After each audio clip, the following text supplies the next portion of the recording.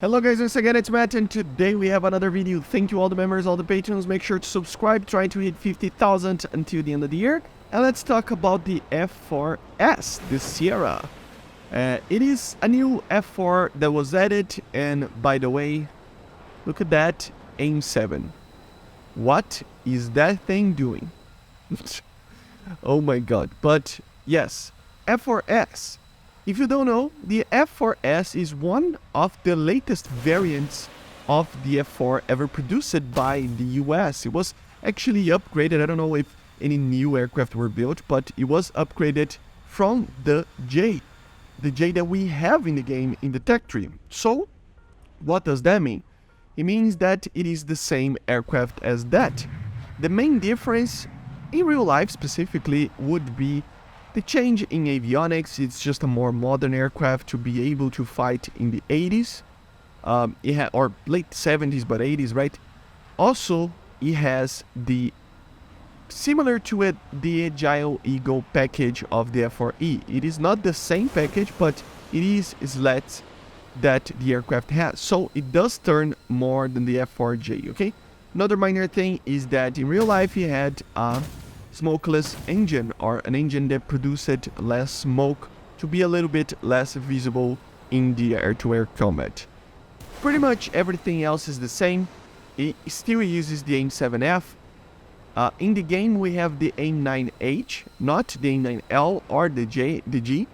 We have the H, so it's fine.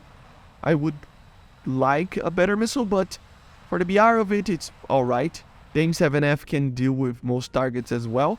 And remember, it is a Navy Phantom, so yes, it doesn't have an internal cannon, and if you do want to use an internal cannon, you need to take the gun pod. Normally, I don't. I think the missiles are pretty okay to killing people, and if you try to get into a dogfight anyway, against most of these aircraft that you are going to be facing, you are going to have a very bad time, because even though these aircraft actually turns better than the F4J, and I actually want to make dogfights videos basically comparing them to each other, it is still an F4. So obviously it will not turn as good as a 4th generation aircraft. It is known, I mean, in the Navy at least, where they use this aircraft, so they might be a little bit biased. They say that it was the most maneuverable and the best, like, flying in a general perspective of flight performance, F4 ever made. So that's very interesting. And obviously, to guide the AIM-7F, it still uses the old APG-59. It is probably one of the worst things about this aircraft after the performance of it compared to this 4th generation. The radar is very limited, and these missiles, they're problematic. Not that you cannot use them, but they're not an R-27ER. You will lose a lot of kills, sometimes just due to the fact of the missiles being the way they are, and the radar losing lock a lot of the times, and you don't have an INS on the AIM-7, so you lose lock and the missile just goes kaput sometimes. So yeah, it is problematic. But still, other than that, it is a premium aircraft. It doesn't have to be the most amazing thing ever.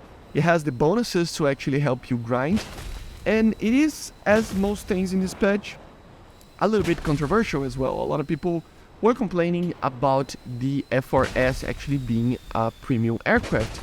It is kind of the same as the F-4J, but still, everybody was expecting these to be the last F-4 for the Navy in that tech tree. So being a premium, it's kind of weird, right? But I mean, I don't know, compared to other premiums, I still think that it's inferior to the ML, the MiG-23 ML, but it is very much comparable to something like the F4J from the UK, right? Or something like that. Of course, it has a better missiles than that, but the radar and the performance of it is pretty similar. I mean, the UK doesn't have obviously the slats, so it has that, but other than that, they're pretty much the same aircraft, right?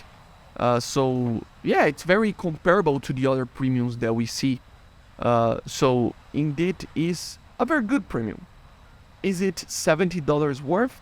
I mean, I will always say this, premiums are expensive or not depending on where you are basically and what you do for work, or if you don't work, how much money you have normally, because it will always come down to that.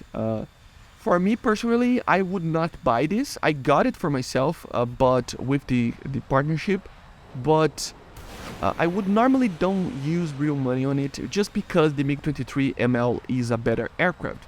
But if you are trying to research the US specifically, it is the best premium for it, I think. The F-4C will still be limited due to the rank that it is, so we will not have the efficiency to actually research the rank 8. And the A6, I just don't think it's very much worth it. Yes, it is an aircraft that faces a lot of aircraft that don't have flares and stuff, but it's just an attacker. It's kind of slow. I mean, it's not very fun to fly, to grind in ARB. So obviously if you're using ground RB, it's a little bit better, but even that, I mean, it's just limited. And the F-4S is a lot more fun to actually fly in that sense. Obviously it's still a Phantom, so bear that in mind. It is a sluggish aircraft, doesn't like to turn. BVR is there, but it is kind of limited by the radar mostly, you know. The radar loses lock so quickly when the target is trying to notch. And it's not even funny, man. The radar is really bad at maintaining locks from further away. So I would try, even though I normally try to kill people from far away, because I try to do BVR like it's supposed to be done. But if you have troubles with it, just use the normal helmet-mounted sight that this aircraft also has, the same as the F-4J, and just use to lock targets from that are coming towards you, and using a head-on the AIM-7F, and use the AIM-9H when they are basically cold from you. If you do that, you will get enough kills to research every single aircraft. Don't expect to do a lot of aces and just a lot of things, but it is still a very good aircraft. And by the way, notice this little thing. I was going to just fly low, but the mech cloud was so big that I didn't see the tree, and I eventually got killed. So yeah.